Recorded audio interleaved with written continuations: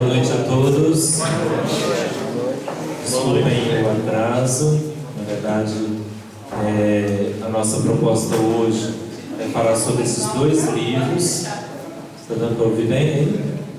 Quem quiser, quem tiver o interesse de vir mais à frente, tem quase três fileiras aqui, praticamente livres. Então, quem tiver interesse de ver mais de perto, hoje então nós vamos apresentar esses dois livros que são os novos da Sion Publicações e da coleção Judaísmo e Cristianismo, ok? Que é essa parceria do Centro de Estudos com o Sapiense, né? Da Loyola. Então, se vocês hoje nós vamos falar então sobre começar com o livro do Marivan Soares Ramos e do Márcio Matos, que é Jesus, o Mestre entre os Sábios. Esse, na verdade, é o 19º livro da coleção, ok? E, posteriormente, nós vamos ver o novo livro do Felipe Haddad, Como Jesus Lia a Torá. Eu gostaria também, para quem não conhece a coleção, nós já temos, então, 20 exemplares. Nós temos estes livros disponíveis tanto no Centro de Estudos e também nós temos no site. Então, quem ainda não tem todos os volumes e gostaria de adquirir, nós temos no site Sion Publicações e, óbvio, nós temos aqui também no final da conferência, se vocês quiserem adquirir todos os exemplares, nós temos disponíveis, que os nossos queridos confrades ali, Frei Marcos e Frei Igor e o Frei Rodrigo também estão ajudando a vender. E temos a revista Nishmat também, que é uma revista de estudos bíblicos, que muitos de vocês já conhecem também. Quem tiver o interesse de adquirir, tanto o número avulso como a assinatura é possível fazer ali atrás, ok? Posteriormente. Então nós vamos começar então com o livro do Marivan e do Márcio.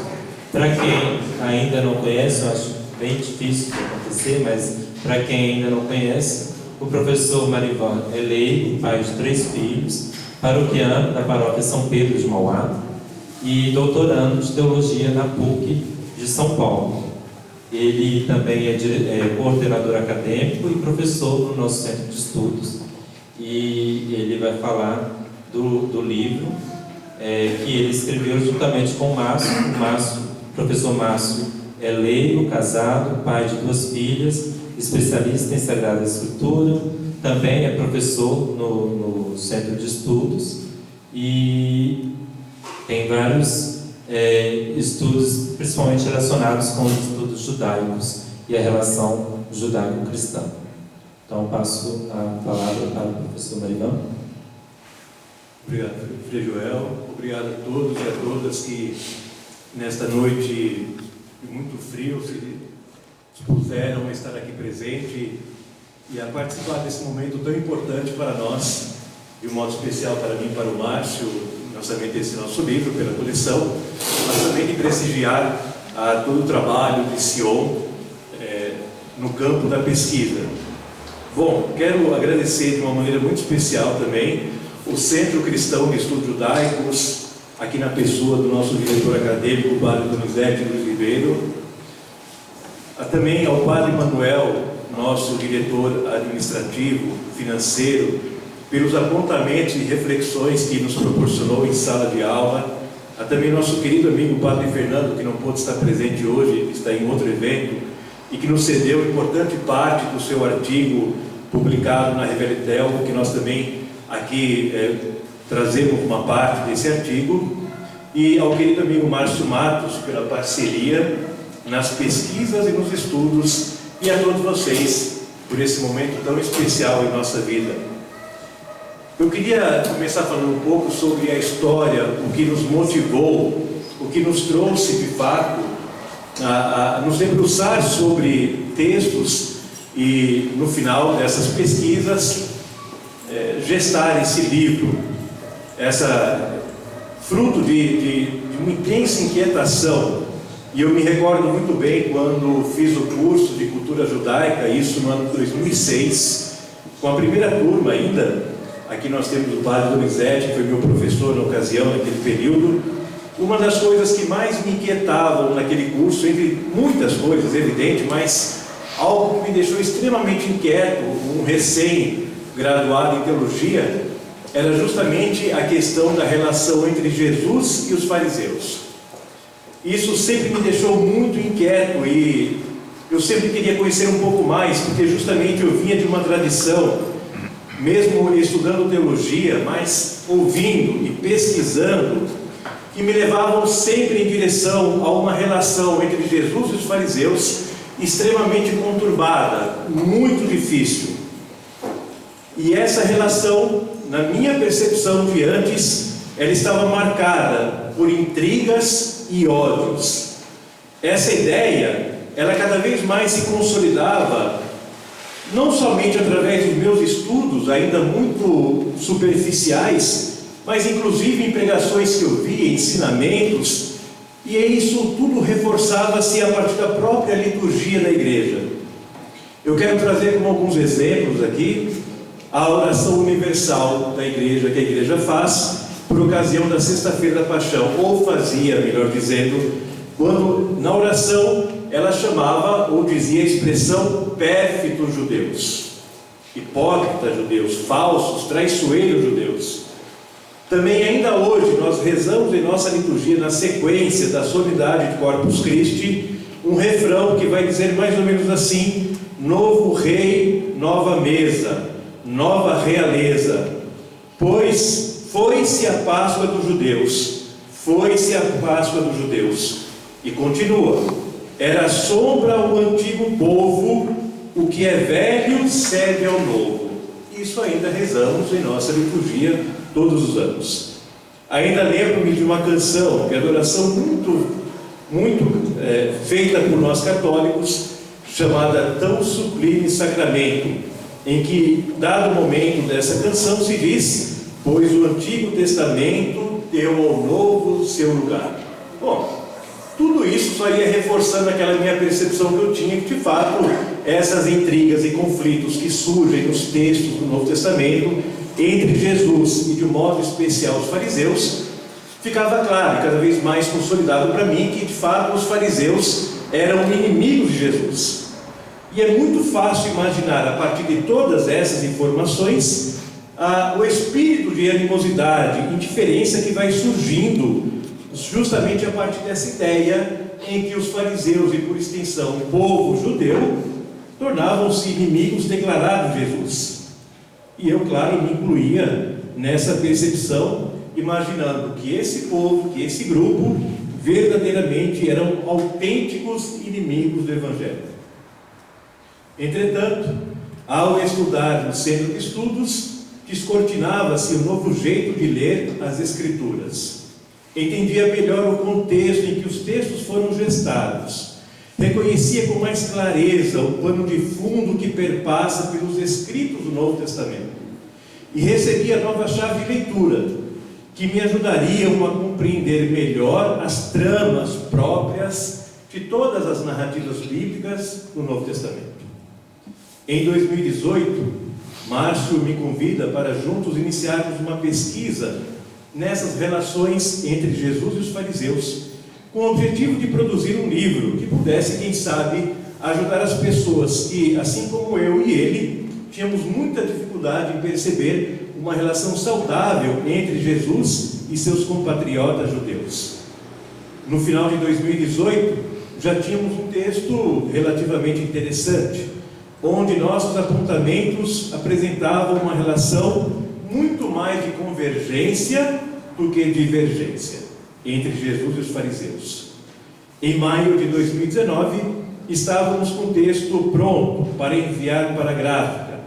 Faríamos isso de forma autônoma, como fizemos de fato, quando fomos surpreendidos com a notícia que em Roma, no Instituto Bíblico, acontecia, por ocasião do aniversário do 110º ano, 3 dias de estudos, reunindo pesquisadores de várias partes do mundo com o tema Jesus e os fariseus, um reexame interdisciplinar.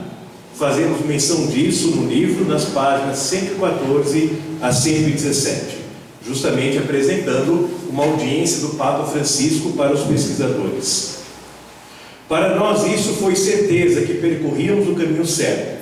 A relação entre Jesus e os fariseus, a partir dos textos bíblicos, na verdade, é uma inquietação não somente minha, do Márcio, talvez sua, mas uma inquietação mundial. E necessitou, portanto, de uma conferência atraindo pesquisadores de todas as partes do mundo para discutirem, se debruçarem sobre essa temática, a fim de encontrarem luzes para essa inquietação. Em meados de 2021, Padre Donizete convida-nos para publicar esse mesmo livro pela coleção Judaísmo e Cristianismo, o que muito nos alegrou. Trabalhamos em algumas atualizações e ajustes no texto, e no mês de março de 2022, o texto estava pronto para a publicação. Fato esse que ocorreu agora em julho próximo. Outro evento interessante nos acompanhou uma vez mais, assim como em 2019, lá em Roma, pesquisadores do mundo inteiro debatiam sobre essa relação entre Jesus e os judeus. Agora, uma vez mais, fomos surpreendidos, porque se nessa primeira publicação nós tínhamos esses pesquisadores do mundo inteiro que se debruçavam sobre essa temática, agora nós podemos perceber nesse momento que, junto com o nosso livro, a coleção também iria publicar um outro livro simultaneamente, o do Rabino Felipe Haddad, que é o 20º livro da coleção. Este é uma tradução do francês, de um autor bem conhecido para os leitores da coleção Judaísmo e Cristianismo, pois ele já publicou outros 3 livros pela coleção. Esse, portanto, o seu 4º livro. Para nossa surpresa, uma vez mais, o título desse novo livro do Felipe Haddad chama-se Como Jesus lia a Torá. Sair do mal-entendido entre Jesus e os fariseus. Isso, ao nosso ver, foi impressionante, pois parecia que havíamos combinado com o Rabino que escreveríamos sobre o mesmo tema com diferentes abordagens. O nosso, segundo uma visão cristã católica, e o dele, segundo uma visão judaica. Mais uma vez, tínhamos a certeza da importância desse tema para uma melhor compreensão da história e da fé cristã, que deve ser livre de todo e qualquer estereótipos negativos, intolerância e preconceito. Todos esses substantivos são frutos de uma leitura fundamentalista, e assim definimos em nosso livro o que é uma leitura fundamentalista. Se você tem o livro, eu convido a você a tomar comigo, e na página 34, fazermos juntos a leitura.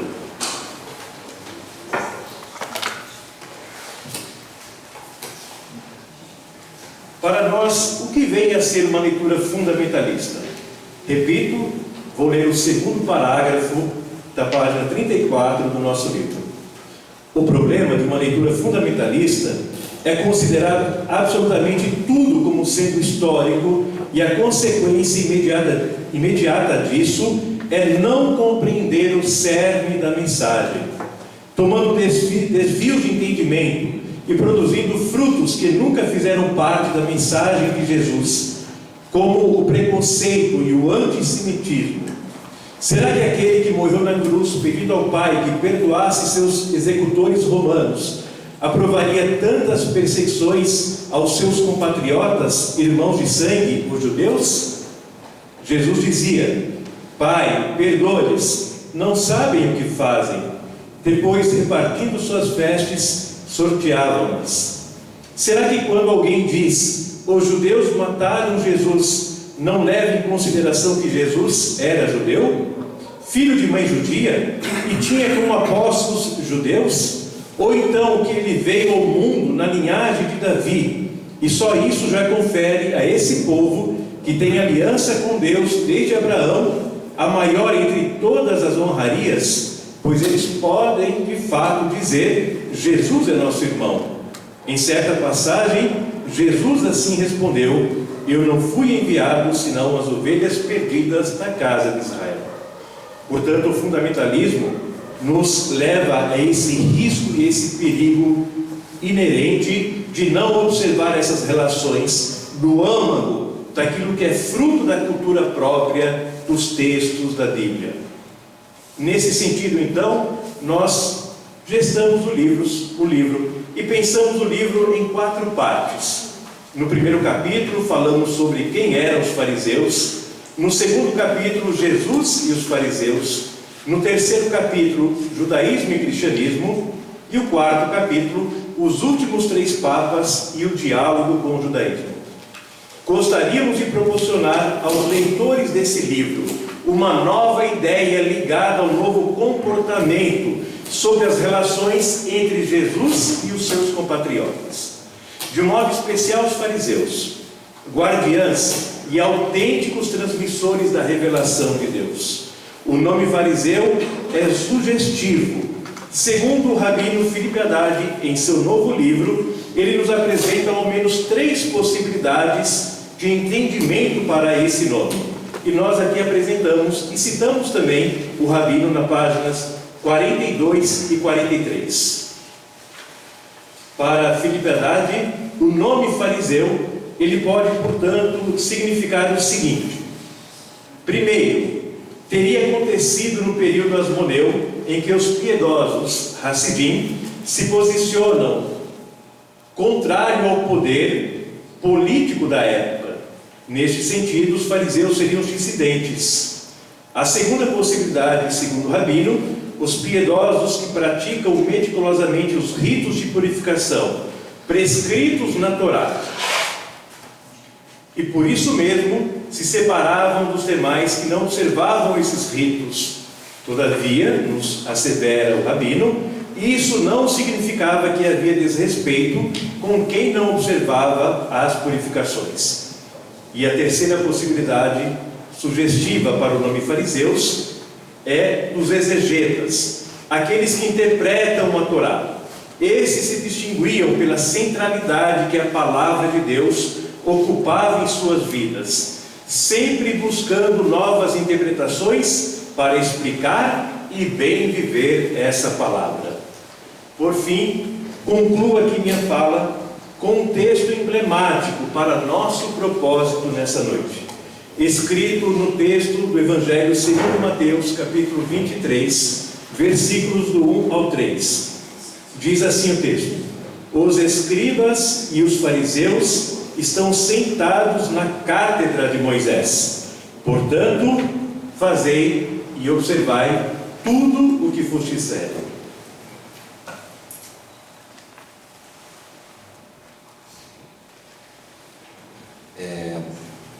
Um dos propósitos que nos moveu a escrever esse livro foi ajudar nessa compreensão de que os fariseus, na verdade, não são inimigos de Jesus, que não há uma inimizade entre eles direta, como normalmente isso é colocado, principalmente nas homilias, nos contextos que a gente ouve por aí. Eu dizia ao Marivan, claro, sem revelar o nome do santo, que tempo atrás, ouvi de um padre numa homilia que judeu e freira é igual barata, tem em todo lugar. E aí eu me perguntei de onde aquele sujeito tirou isso, e fiquei pensando na formação dele. Como alguém pode chegar a esse nível de homilia, a esse nível de pregação dentro de uma paróquia, e o que ele pretende imprimir no coração das pessoas? Então isso é muito delicado quando a gente tira do contexto histórico, cultural, social, a relação de Jesus com os seus irmãos. Jesus está inserido num contexto, ele é judeu, filho de mãe judia, apóstolo judeus, amigos judeus, discípulos judeus, e aqueles que divergem dele também são judeus. Isso é natural, né? Tem uma fala do Paul Winter, que tem um livro fantástico, que a gente cita também, e essa fala está também na página 34. Jesus era um judeu, está ali na citação, tá? Depois do segundo parágrafo. Jesus era um judeu, viveu entre judeus.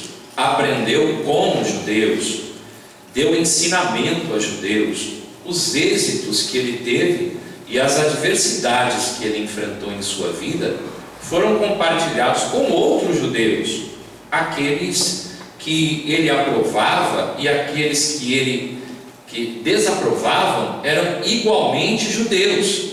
É, portanto, bastante natural que as pessoas das quais ele discordava também fossem judias. Então, essas discordâncias que fazem parte do contexto cultural, onde o debate entre mestres, fariseus, de linhas diferentes, como o Léo chamar, era um debate natural, sem gerar um conflito odioso. É natural que aconteça também com Jesus. É natural que as pessoas, aqueles que estão ensinando a Torá aos outros, ensinando a prática da Torá, mostrando às pessoas como viver os ensinamentos de Moisés, os ensinamentos de Deus, é importante que essas pessoas divergem, Jesus diverge também com elas. É muito interessante quando a gente passa a olhar para dentro de um contexto onde no judaísmo a divergência faz parte da cultura. E não nessa ideia que nós temos no Ocidente, de que se eu não concordo com você e eu discordo de você, então nós somos inimigos mortais. E é assim que é feita a leitura para nós. Quando se lê o texto, se chega a essa conclusão de que os fariseus são inimigos mortais de Jesus. Os fariseus, quantas vezes a gente já não ouviu isso? Os fariseus tramaram a morte de Jesus, os fariseus mataram Jesus, os fariseus estavam lá junto no Sinédrio, os fariseus fizeram isso, os fariseus fizeram aquilo, e acabou que o fariseu virou no meio cristão sinônimo de hipócrita. Então, quando alguém quer ofender alguém na igreja, falar aquele fariseu, e na verdade não é uma ofensa. O fariseu era um estudioso da Torá, era um homem dedicado à palavra de Deus. Eu vejo muito isso na questão de Paulo, e isso me incomodou bastante também, e até hoje eu tenho um receio com isso quando vou falar. Tem uma turma que estava estudando uns textos de Paulo, eu estava falando com eles sobre isso esses dias. Na conversão de Paulo, Paulo se converteu, ele mudou de direção, mas Paulo em algum momento ele deixou de ser um homem de Deus? Ou em algum momento ele não foi um homem de Deus? Porque Paulo, antes de Jesus Cristo, é judeu, da tribo de Benjamim, é fariseu, é alguém que estuda a Torá, que teve um mestre, Gamaliel, é alguém que aprendeu a palavra, que viveu esses ensinamentos, que se dedicou e foi zeloso. Zeloso com o quê? Com a palavra de Deus, com os mandamentos. Então Paulo sempre foi um homem de Deus. Não houve um Paulo que não era de Deus e depois um Paulo que passou a ser de Deus. Há um Paulo que era de Deus, mas não conhecia Jesus, não entendia Jesus como o Messias. Paulo olhava para aquele movimento que estava surgindo, chamado do caminho, olhava para aquele povo e pensava: esse povo está pervertendo o judaísmo, pervertendo a minha fé, corrompendo os ensinamentos que me levam a Deus. Isso está errado. Então eu penso que cada um que é zeloso com a sua fé seria um pouco Paulo em algum momento. Quando ele encontra Jesus, quando acontece aquele evento no caminho de Damasco, realmente muda alguma coisa nele. Mas Jesus, quando se dirige a Paulo, fala com ele na língua hebraica. Ele não fala com Paulo naquele momento como um romano, ele não fala como um grego, ele fala como um judeu. Ele trata Paulo assim, porque essa revelação aconteceu em que contexto? Nós pensamos e falamos muitas vezes sobre isso. É muito interessante quando você olha para Jesus e pensa no contexto dos fariseus. Quem são os fariseus? São mestres que ensinam a Torá, que aprendem a Torá desde pequenos e depois ensinam a Torá juntando discípulos. O que Jesus faz? A mesma coisa. Jesus é um mestre que aprendeu a Torá e que ensina a Torá juntando discípulos. Esse contexto é muito próximo. Claro que não dá para dizer que Jesus é fariseu, porque não foi totalmente nessa linha, e ele supera a todos em sabedoria. Mas, por isso o título do livro, o mestre entre os sábios, ele ultrapassa todos em sabedoria. Mas o que ele faz é tipicamente um comportamento de fariseus. Ser um mestre que tem discípulos, que dá ensinamentos, para que eles depois propaguem esses ensinamentos. Assim foi Hillel, assim foi Shammai, são as escolas farisaicas daquele momento, que estão mostrando para o povo judeu a Torá, a palavra de Deus.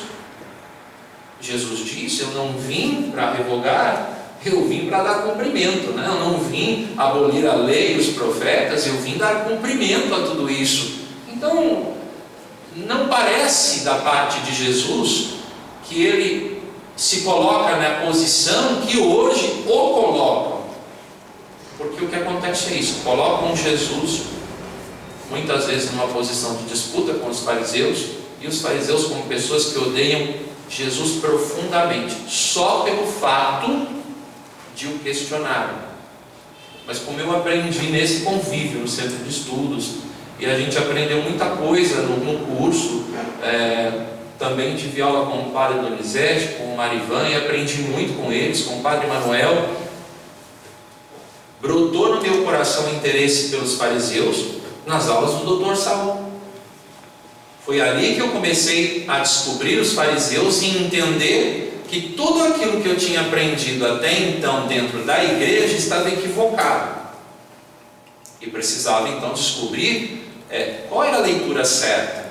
E aí a gente começa a entender que existem várias releituras que são colocadas em cima do texto do Evangelho. O texto não diz bem aquilo, porque a pessoa que está lendo e fazendo a interpretação e nos fazendo a colocação, muitas vezes numa homilia, está fazendo uma exegese preconceituosa, carregada de conceitos que ele aprendeu na faculdade, que ele aprendeu sei lá onde, equivocados, e ele traz isso consigo. Como até hoje nós nos acostumamos com essa história de os judeus mataram Jesus, como se Jesus não fosse judeu, a gente fica pensando como poderia mudar essas circunstâncias e essa situação. Escrever, pensar sobre o assunto, meditar esse assunto, pesquisar o assunto, foi um meio que nós encontramos para contribuir com isso. Muito obrigado pela apresentação dos dois que falaram sobre este livro que vocês já conferiram, e quem ainda tem o interesse de adquirir o livro, antes da gente passar para o próximo livro, eu gostaria de falar que só essa semana estamos com valor promocional, ok? Então o livro do Marivan e do Márcio está R$30, e vocês podem ver que a partir da semana que vem, inclusive na loja digital, vai estar um pouco mais caro, que é o preço original. Então, se vocês querem adquirir conosco, lá atrás pode ver que o nosso Frei Rodrigo está mostrando os dois livros que estão disponíveis para venda, e não tem desculpa de que não tem dinheiro não, tá? A gente aceita Pix, a gente aceita cartão, débito, crédito, e esse daqui também está disponível lá, R$35, ok? Só para, antes de nós continuarmos com o Padre Donizete, gostaria de agradecer a presença do pessoal, tanto que já estava, como dos que chegaram mais recentemente. Nós temos aqui confrades de Sion, nós temos amigos que estudaram no centro de estudos, temos o pessoal de Mauá, né, do nosso curso de teologia lá da Imaculada, né, da Imaculada Conceição. Inclusive eu tive o prazer de trabalhar com vocês também durante um curso. Então sejam todos bem-vindos e muito obrigado por estar conosco. Então agora nós vamos passar para o segundo livro do Felipe Haddad. Quem não conhece, nunca ouviu falar, o Felipe Haddad é um rabino francês e muito amigo de Sion. Inclusive nós temos já outras obras traduzidas em português pela mesma coleção, Judaísmo e Cristianismo. O rabino Felipe Haddad, ele estudou no seminário israelita da França, ganhou já o prêmio da amizade judeu-cristã da França. Além deste livro aqui, que é o mais recente da coleção, Como Jesus Lia a Torá, também temos dele, da mesma autoria, na nossa coleção o livro Jesus Fala com Israel, que é um dos mais vendidos na nossa coleção, Pai Nosso, uma leitura judaica da oração de Jesus, Fraternidade ou Revolução do Perdão, e esse, como Jesus lia no Corão. Quem vai apresentar sobre o Felipe Haddad, então, é o Padre Donizete. Acredito que a maioria conhece. Quem não conhece, o Padre Donizete, ele é religioso da nossa congregação, dos religiosos Sion, doutor em teologia pela Universidade Católica de Paris, faz parte do conselho, aliás, é presidente do conselho editorial da coleção Judaísmo e Cristianismo, diretor acadêmico do nosso centro de estudos. Até pouco tempo era superior geral da congregação, é atualmente conselheiro também da congregação dos religiosos Sion, e vai apresentar sobre o livro. Obrigado, Frei Joel, obrigado a todos pela presença. Quando nós decidimos acolher esse livro na coleção, como o livro do Márcio e do Marivan, eu lancei uma pergunta assim meia provocadora ou provocante para o Marivan, dizendo o seguinte: olha, talvez eles tenham que ter uma noite de apresentação dos livros, os dois, já que vão ser publicados juntos, e vamos ter que dizer o que tem de comum e o que diferencia o livro de um rabino, Felipe Haddad, falando dos evangelhos de Jesus, do livro de vocês, Márcio e Marivan. É uma pergunta provocativa. Vocês já perceberam que tem mais em comum do que, graças a Deus, de diferença. O livro do Felipe Haddad, Como Jesus Lia a Torá, é o último livro que ele escreveu, foi publicado ano passado na França, em francês, e graças a um amigo de Minas Gerais, de Conceição dos Ouros, para ser mais preciso, o professor José Benedito de Campos, que traduziu e nós fizemos a revisão, nós estamos publicando na nossa coleção Judaísmo e Cristianismo. O Felipe Haddad, então rabino, começa a sua leitura, começa o seu livro, que é dividido também em 3 capítulos. Ele começa, digamos, dizendo o seguinte: ele cita 10 palavras, e no final, em conclusão também, ele vai falar de 10 palavras.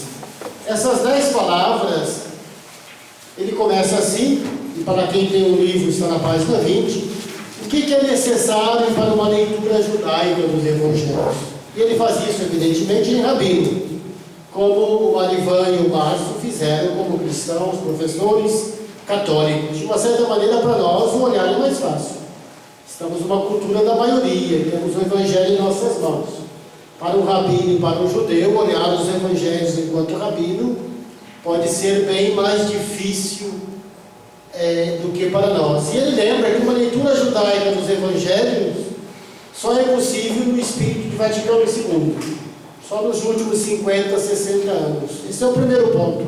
O segundo, diz ele, é que a leitura judaica dos Evangelhos não questiona a verdade do texto do Evangelho como primeira para os cristãos, para a verdade cristã. Não é isso. E que uma leitura judaica dos Evangelhos não põe em causa a fé cristã.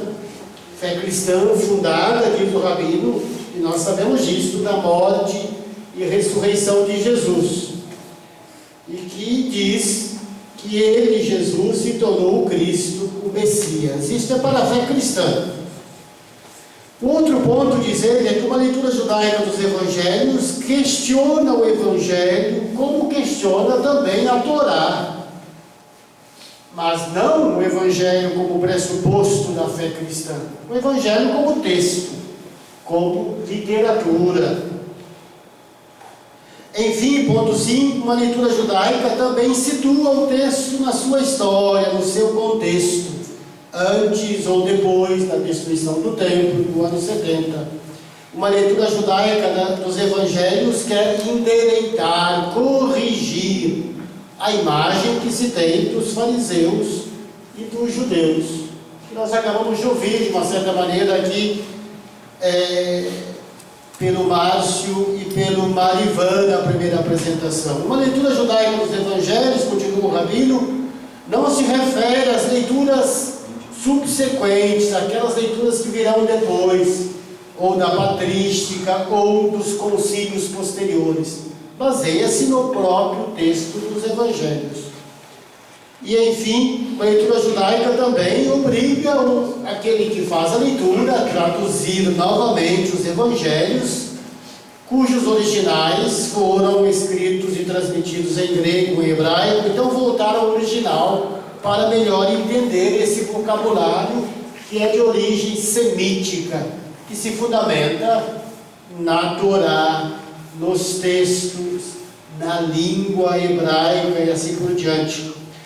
Para que tudo isso, diz ele, para mostrar as convergências e, evidentemente, quando há também divergências entre a tradição de Israel e os evangelhos. Eu queria começar por isso, porque esses 10 pontos são importantes. Não sou eu estou citando, digamos, esses pressupostos que nos apresenta o Rabino Felipe Haddad. O livro do Rabino, então, ele se apresenta em 3 partes. A primeira é uma abordagem histórica, que eu não farei aqui, mas que vale a pena, situando o contexto do Segundo Templo, a diversidade de leituras judaicas das Escrituras, os diferentes movimentos messiânicos, dentro dos quais, evidentemente, encontra-se o nosso, fundamentado em Jesus. O capítulo 2, centrado mais na figura do fariseu, ele pergunta: fariseu, quem és tu? Ele fala do fariseu maltratado. Esse fariseu maltratado que nós já acabamos de ouvir aqui dos professores Marivan e Márcio. Eu vou me concentrar no 3º capítulo. É aqui que tem, digamos, para nós, eu diria, uma novidade maior e que também, de uma certa maneira, corresponde nas grandes linhas com o livro já apresentado aqui pelo Marivan e o Márcio, que eles escreveram. Esse 3º capítulo, portanto, é a imagem dos fariseus no Evangelho.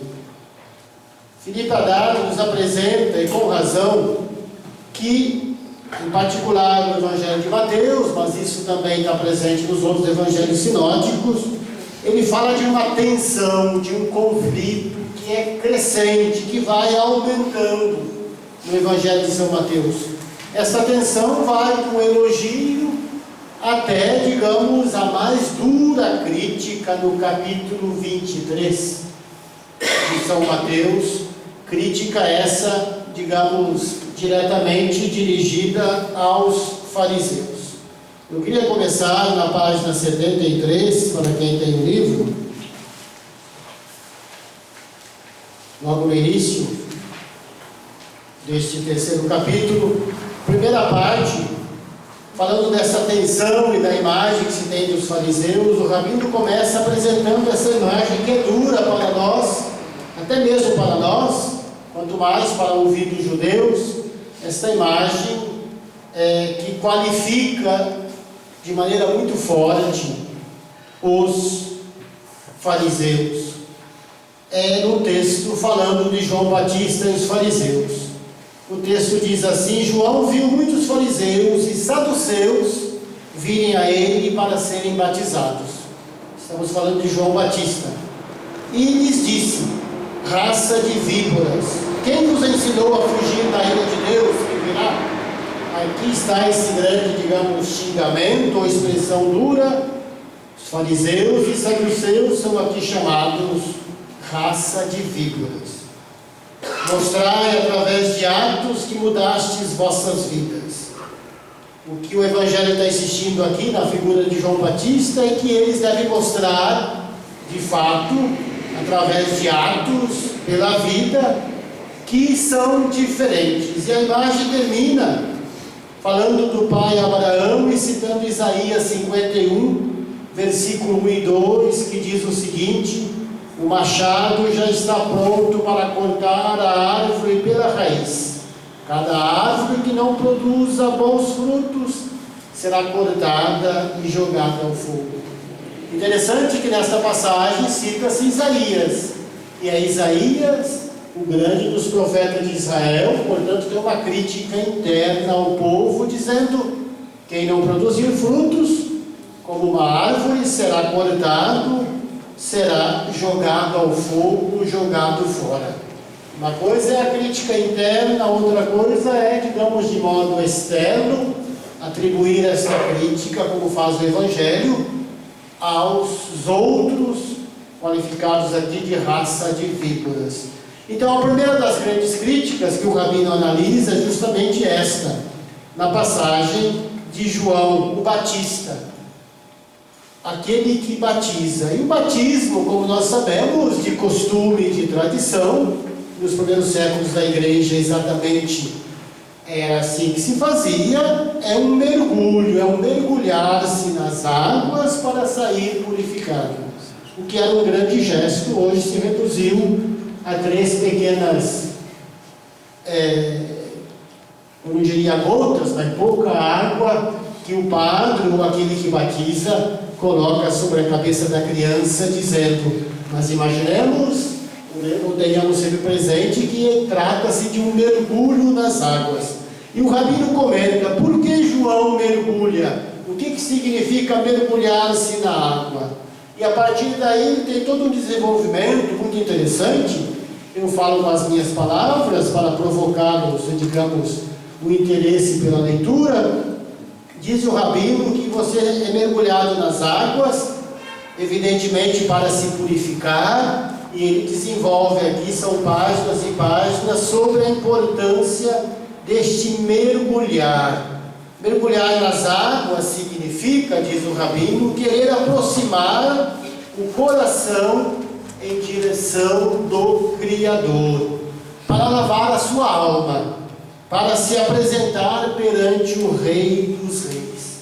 Veja que interessante, é o Rabino falando, neste mergulhar-se significa aproximar-se do Criador, ser restaurado, tornar-se puro, afastar-se de Deus pelo não respeito de sua vontade, seria morrer, seria como que cometer um suicídio, colocar fim à sua vida.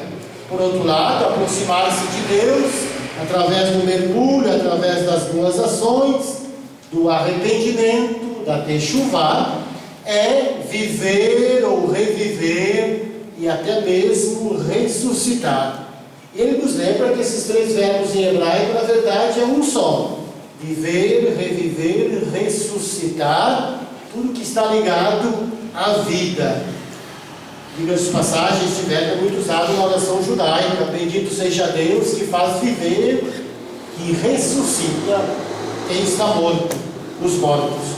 Daqui ele passa por um convite, falando de João Batista nos Evangelhos, a um convite ao arrependimento, ao fazer techuvá, isto é, voltar-se para Deus.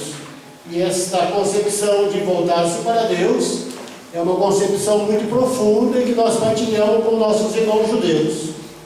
Durante Kippur, durante 10 dias, o judeu volta-se para Deus como? Pedindo perdão, voltando-se para o seu irmão. Esse voltar-se para Deus, tomar a direção de Deus, é como se estivéssemos, digamos, afastado dele, e necessário agora voltar-se para ele, voltar-se para Deus, voltar-se para uma fé mais autêntica. É o que ele exprime na página 75. Na página 76, esse convite ao arrependimento, ele relaciona já com a figura de Moisés, mostrando que esta questão é importante, que acontece no coração. Trata-se de mudar de coração, de praticar o serviço do coração. E esse serviço do coração é o amor de Deus, que está presente no Shema Israel, no Deuteronômio, mas também no Livro dos Reis. E aqui é interessante, ele chama João Batista do Rabino do Mar Morto. Esse Rabino do Mar Morto, João Batista, é o que ele faz: um convite para aqueles que o procuravam, e eles são praticamente todos judeus, ao arrependimento, ao voltar-se para Deus, confessar-se. E aqui é interessante, quando nós falamos de confissão, nós vamos diante de alguém, normalmente diante do padre, para se confessar. Escutem bem o que diz o rabino a respeito de confessar-se. O verbo hebraico, verrit kavadá, na forma refletida, reflexiva, significa ele se confessará. Eu me confessarei. E se confessar, diz ele, mas diante de quem? De um outro homem? Diante de Deus? Diz ele, a pessoa arrependida que se confessa, ela deve ouvir aos seus ouvidos o que lhe sai da boca. No fundo, aqui está, digamos, a novidade, é que ao me confessar, eu preciso, através da minha boca, dizer aos meus ouvidos, portanto, colocar para mim de volta o que eu preciso mudar. Diante de Deus, diante dos outros, mas em particular, diante de mim mesmo. Veja que interessante, é uma compreensão mais interior do que uma confissão exterior, como se o outro fosse resolver aquilo que muitas vezes eu mesmo não sou capaz de resolver, de mudar, de emendar-me, de tornar-se, digamos, novo, diferente, autêntico diante de mim e diante de Deus. Continuo. Como eu falo para o 2, mas que eu tenho um pouquinho mais de tempo, né? Brincadeira. Continuo a apresentação de maneira bem rápida. Na página 79, e aqui eu vou associar aquilo que o professor Marivan já nos falou, uma outra dimensão analisada pelo Rabino é essa questão do reino dos céus que está próximo. Nós sabemos que nos evangelhos, esta urgência do reino dos céus ou do reino de Deus. E o Rabino diz em uma palavra, citando o Êxodo 15, 18, o Senhor reinará para sempre, que trata-se da realeza, mais do que do reino, da realeza de Deus. Realeza de Deus que já libertou o povo do Egito. Realeza de Deus que, como aconteceu no Egito, quando os hebreus, chegou um novo faraó, e sempre quando aparece um novo faraó, adeus José. Ele não conhece mais José. Tudo ia bem e de repente vai mal. Como na época de José, surgiu um novo rei, uma nova política. E essa nova política abusou da realeza. Aqui ele está falando do Egito, mas depois ele passa para nós, que é interessante e que é provocante, do ponto de vista judaico, mas também para nós cristãos. Ele diz assim na página 79, no último parágrafo, o que existe no nível dos estados muda de política, tem novo rei, pode ser rei que liberta, pode ser um déspota, mas existe também no nível de vida pessoal. Qual faraó nos domina? Que rei sugere que devemos ser felizes à custa dos outros? O padre Vitório, vou fazer uma homenagem a ele, ele está presente, é um padre de Sion, ele diz assim, brincando, mas é verdade, nós saímos do Egito, mas cada um trouxe um pequeno faraó em si mesmo. Então olhamos para nós. Quem nos domina? Ou como nós dominamos? Nós mesmos ou os outros? Veja que é uma imagem profundamente judaica, e para os judeus até hoje o sentido profundo da Páscoa é da liberdade. Só Deus reina, a realeza é só dele, de mais ninguém, nem de um rei humano, nem de um presidente, nem de um padre, nem de um leigo, e nem de mim mesmo sobre mim ou sobre os outros. A realeza é de Deus. Continuo a minha pequena apresentação. Um outro elemento importante, na página 84, que o Rabino continua analisando a partir da sua leitura dos Evangelhos, é a imagem, e aqui eu acho que é muito interessante para nós, como cristãos, Jesus e a remissão dos pecados. Ele apresenta como Jesus é capaz de perdão, de remissão dos pecados. Ele diz o seguinte: a concepção farisaica, ela é compartilhada por Jesus. E o que eles compartilham, o que eles postulam, tanto Jesus como os fariseus, que há uma doença e que essa doença está ligada a uma falha, que seja psicológica ou psicossomática, e que se há uma falha em nós, como é que se cura? Removendo a culpa, seja pelo arrependimento ou pela graça do perdão. Quando remove a culpa, a doença desaparece. O que não exclui, diz o Rabino, uma solução médica. O médico ajuda, mas ele não faz tudo. Corpo e alma permanecem assim ligados. Segundo o Salmo 104, versículo 3, diz o Rabino, citando este salmo, é Ele, portanto, é Deus, é o Senhor, é Ele quem perdoa todas as tuas culpas. E o Rabino explica, culpas espirituais. É Ele que cura todos os teus sofrimentos físicos. Vejam que interessante esse salmo. Há culpas espirituais, mas há sofrimentos físicos. Deus é Ele que cura tudo. E continua o Rabino dizendo, há uma concepção no Talmud que é bem próxima desta. Ele cita um texto que eu queria citar na página 84. Veja que interessante, aqui a gente pode fazer um paralelo, como ele faz, com certas passagens do Evangelho. O Rabino cita este texto. Em um lugar havia uma serpente que matava aqueles que se aproximavam dela.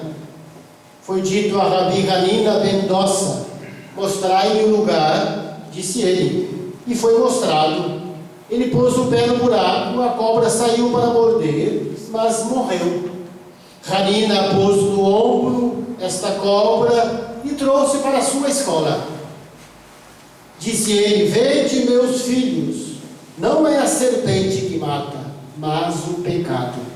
Os discípulos gritaram, ai do homem que é mordido pela serpente, mas ai da serpente que conhece Rabi Hanina. A história é bonita, é um midrash. Uma coisa é a mordida da serpente, outra coisa é o pecado, é a culpa, é o sofrimento que nós trazemos. E aqui a imagem interessante, ela fala por ela mesma. Jesus cura, um exemplo aqui trazido pelo Rabino, este Rabino também é capaz de cura. E ele termina dizendo que Jesus, quando ele cura, ele usa sempre a forma passiva do verbo perdoar. Teus pecados são perdoados. E nunca a forma ativa.